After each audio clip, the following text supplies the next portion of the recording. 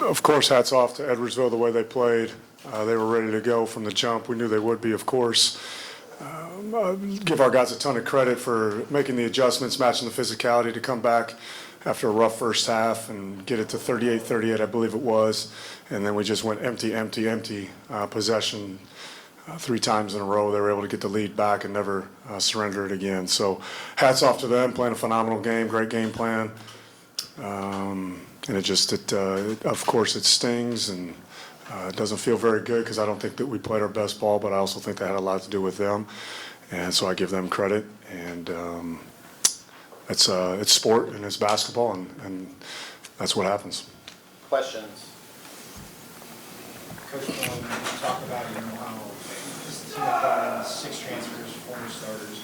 But you really appreciate the guys they brought. You came back from the year, like a mainstay of this program. Kind of talk about that group, just how they kind of continue to mesh and have that continuity this year. Yeah, I think the main thing that we all have to take away from this game, that's what, tournaments are tournaments. Who knows if TSU hits a 3 last night and we don't even play Edwardsville, and now they're going to the NCAA tournament. So that's sport, and you have 40-minute game, 2 hours, and you just have these. I talked about it last night. You have these finite windows, and so I look back on it, and it's January and February, and to win this league by 2 games and first time in school history, I'm going to hang my hat on that, and not just the outcome of 1 game. Of course, everybody wants to be and play in the NCAA tournament, but it's because of guys like Rob, BJ, Stack, TJ, David that came back from growing pains a year ago, and I give them a ton of credit. They'll always have my respect and love because they came back and are true men and stood in the face of adversity. I'd love to just go hide in the hotel room and not talk to people right now, but that's not life. It's not fair. And that's what we sign up for, and that's why I respect these guys so much, because they showed up every single day when things didn't go their way a year ago, and they're able to walk out a champion still, even though they're not getting to that ultimate prize as a young kid to play in the NCAA tournament. Edwardsville earned that right, and they'll go do that and represent our league well. But I couldn't be more proud of the guys that we have in that locker room, especially those guys that came back because they went through a rough year and growing pains, and especially in a time when they could have ran when it got hard, and they're allowed to run and when things get hard, and they didn't. And they stood by me, I stood by them, and then the byproduct of that is they're still champions. And that's something that I'll always take and respect with these guys. Coach, how do you take a loss like this and put it into perspective for the team? Obviously, you as a coach, you've been there, you've seen things for long enough before some of these guys were born, but how do you help people in the locker room kind of just process what is a disappointing loss, but part of a great season as a whole? I think they had a great perspective. I let a couple guys speak, and what they were saying was right on cue. Again, a 40-minute game, a 2-hour, that can't be what defines us, and it should hurt. It should sting. It stings for all of us. There's a lot of tears in that locker room because they care and they put in a lot of work, and they came up just short of 1 goal. If you think about all the things that we've done this year, they came up short of just 1 goal in 2 hours. So that's not going to be what ultimately defines us. So it's truly just saying that message and truly telling them that I love and appreciate what they did.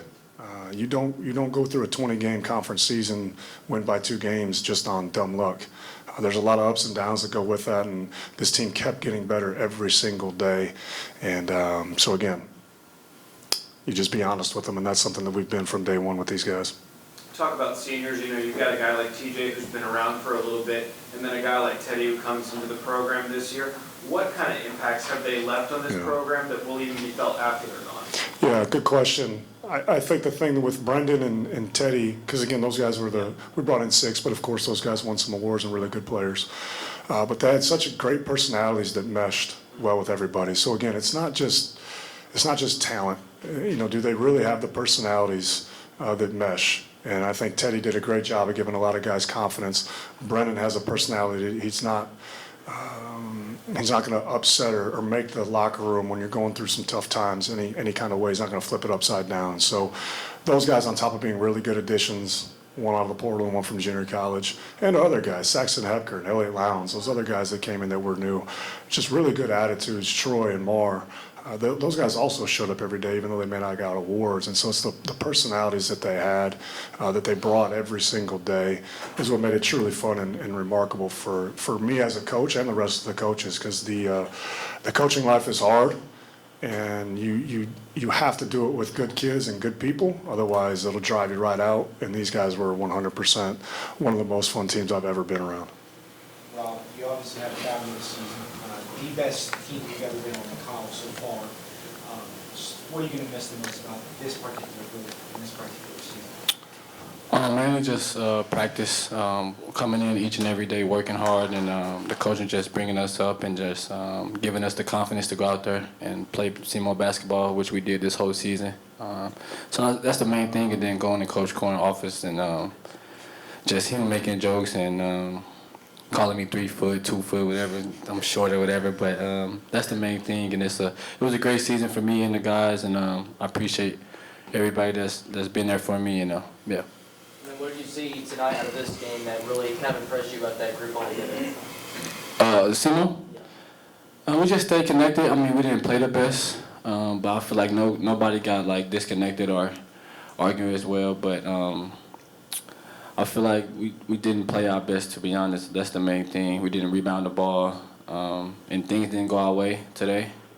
But this is a great group of guys on and off the court. So. Rob, as a player, you continue to get better and better every season. Going into this off season, what do you hope to get better at? Mainly just taking care of the ball, finishing at the rim, and just being that leader. I feel like I wasn't the best leader this year, but just leading my guys, leading by example.